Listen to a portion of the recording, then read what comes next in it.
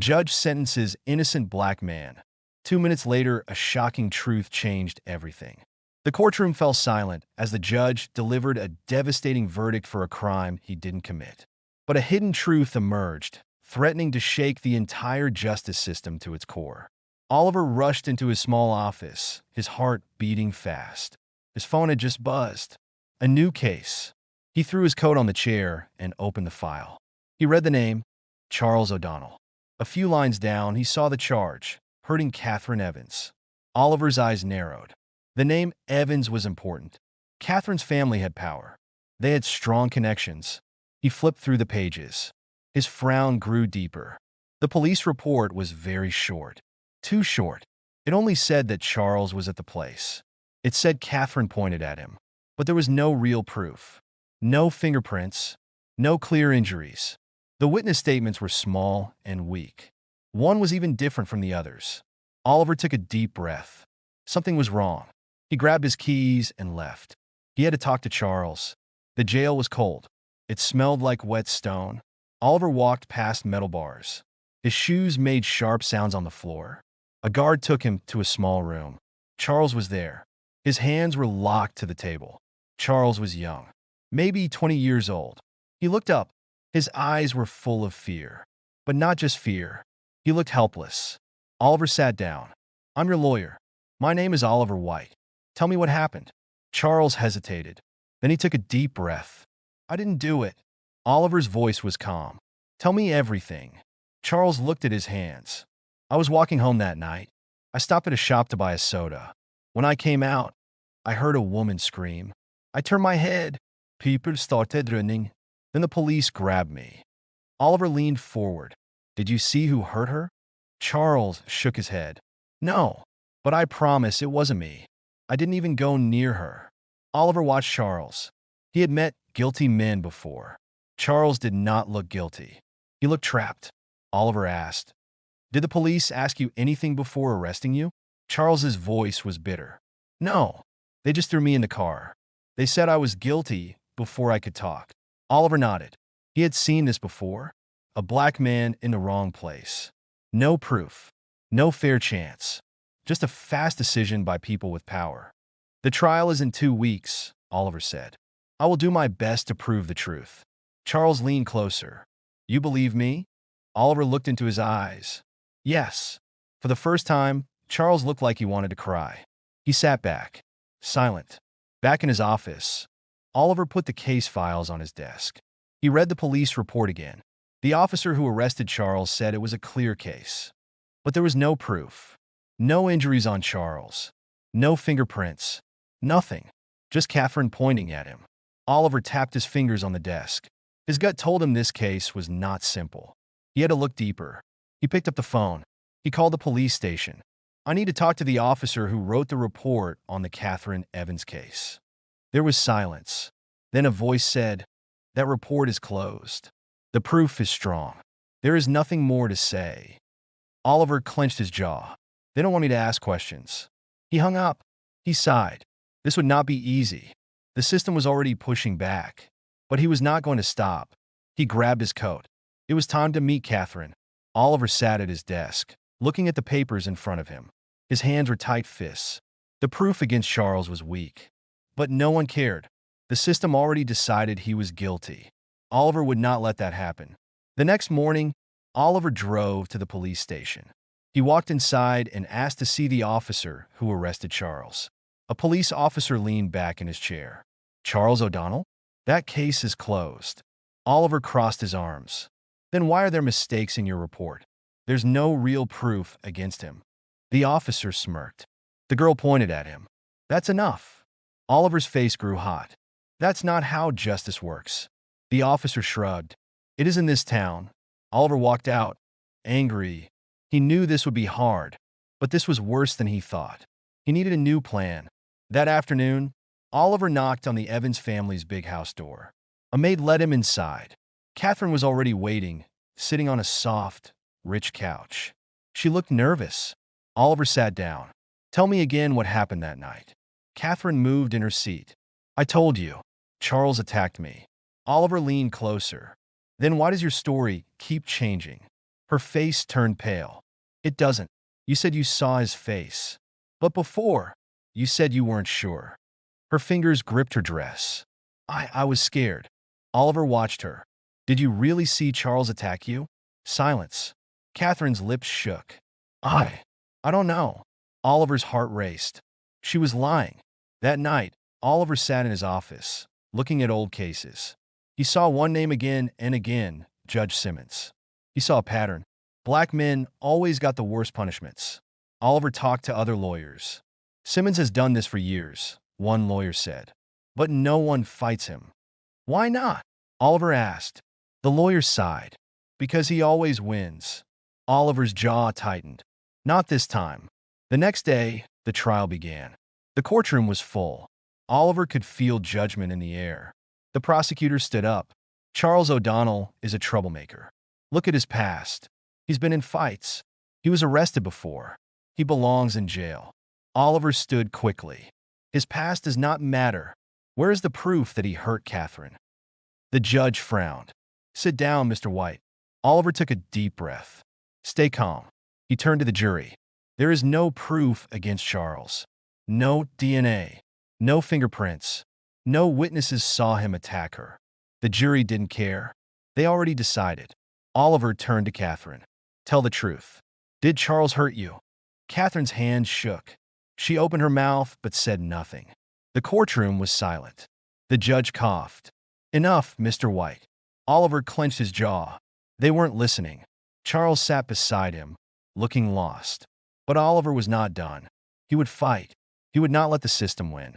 Oliver sat on the courtroom bench, his fingers tapping the table. His mind raced. He needed something, anything, to prove Charles was innocent. The jury looked tired. The judge seemed impatient. Time was running out. Then his phone buzzed. He pulled it out and read the message from his investigator. Found security footage. It changes everything. Oliver's heart pounded. He grabbed his coat and rushed out of the courtroom. Minutes later, Oliver ran into the investigator's office. A video played on the screen. The footage was from a security camera outside the store Charles had visited. The time matched the time of the attack. The video showed Charles leaving the store, holding a soda. He turned the corner. A few minutes later, far away, Catherine ran out of an alley, screaming. Charles was nowhere near her. Oliver exhaled sharply. This was it. This was the proof. He grabbed the footage and rushed back to the courtroom. Your Honor, I have new proof. The judge sighed. This trial is almost over, Mr. White. But this video proves Charles wasn't there when Catherine was attacked. He was blocks away. The judge frowned. Show me. Oliver handed the video to the court technician. The screen flickered and the video played. The courtroom was silent. The prosecutor shifted in his seat. The jury leaned forward. Charles sat up, a little hope in his eyes. Oliver turned to the judge. This proves Charles is innocent. The judge's eyes narrowed. He looked at the video, then at Oliver. This does not prove anything. The words hit Oliver like a punch. What? He asked. The judge leaned back. The video is not clear. It does not show what happened in the alley. It does not prove that someone else attacked Catherine. Oliver's stomach dropped. But it proves Charles wasn't there. The judge waved his hand. That is your opinion. Oliver turned to the jury. You saw the video. You know the truth. The jury looked at each other. No one spoke. Charles's mother let out a soft sob. Tears ran down her face. Oliver clenched his fists. He had given them the truth. But still, they didn't care. The jury left the courtroom to decide. The room fell silent. Oliver sat next to Charles. The young man's hand shook. They don't believe me. Oliver placed a hand on his shoulder. We did everything we could. Charles's mother sat behind them, whispering a prayer. Tears ran down her face. Oliver looked around. People whispered. The prosecutor smirked. The judge tapped his fingers. This trial was never fair. Oliver closed his eyes. He had fought for justice. He had found the truth. But in this courtroom, the truth was not enough. They waited. Oliver's mind replayed every detail. He had spent sleepless nights looking at the case. He had talked to witnesses, checked police reports, and even found real proof. And yet, the system refused to listen. He glanced at Charles. The young man's head was down. His hands were clenched so tight, his knuckles turned white. He was only 22. His whole life was ahead of him, yet in a few minutes a verdict could take that life away. Oliver turned to Charles's mother. Her face was pale. She moved her lips in silent prayer. She had raised her son alone, worked long hours, and given him everything. And now, she could only wait. The door creaked open. The jury walked.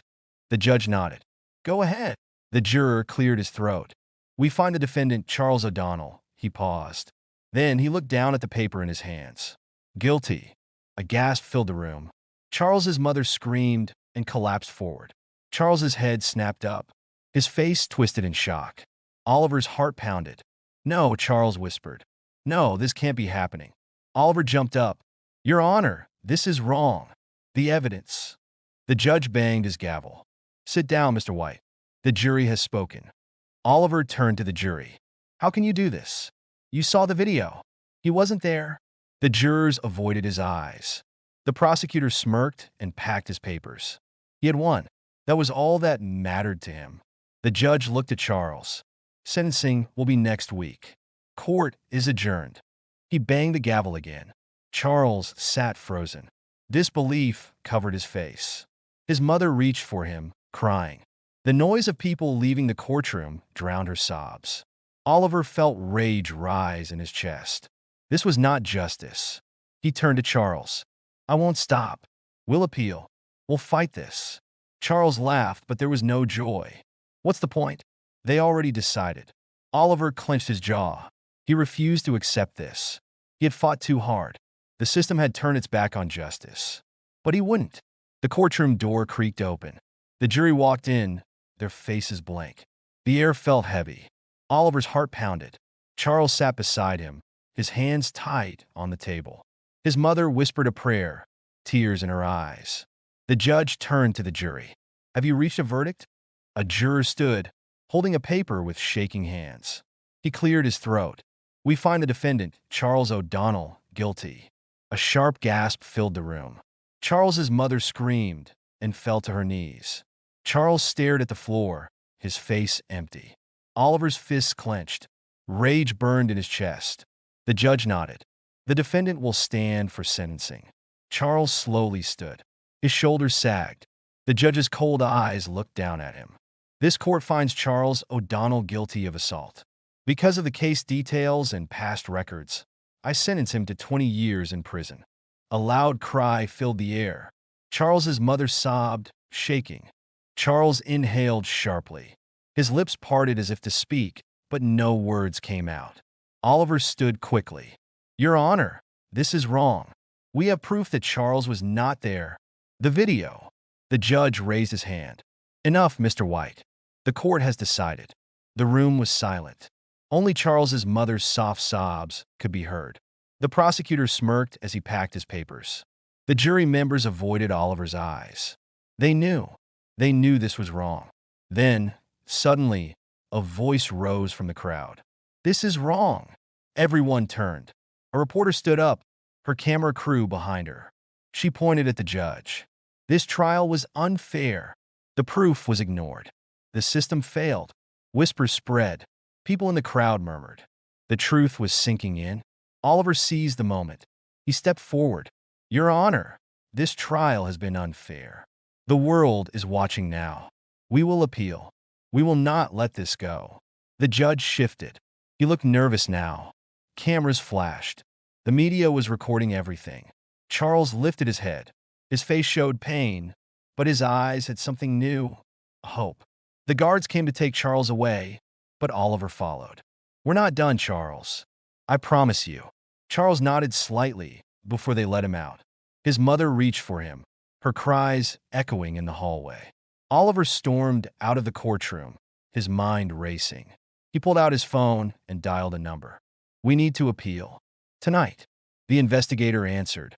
"I'm already on it. But we need more proof, more witnesses." Oliver clenched his jaw. "I'll find it." As he walked down the courthouse steps, reporters surrounded him. "Mr. White, do you believe the verdict was fair?" one asked. Oliver glared at the cameras.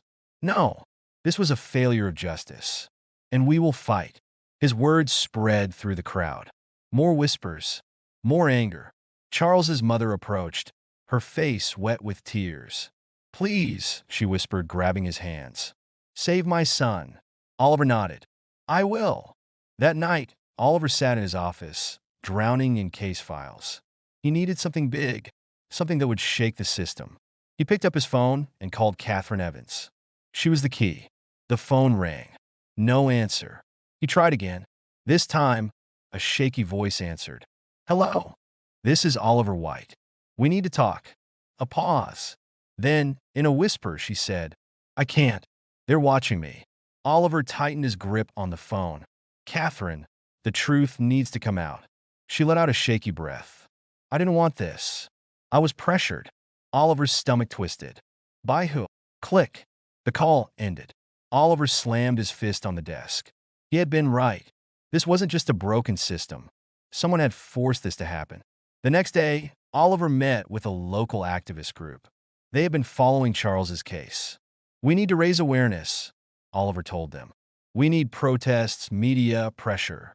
A woman in the group nodded. "We'll organize a march. But we need more proof." Oliver exhaled. He needed Catherine to talk. Days passed. Charles sat in a cold prison cell, waiting. His mother visited him every day, holding his hands through the bars.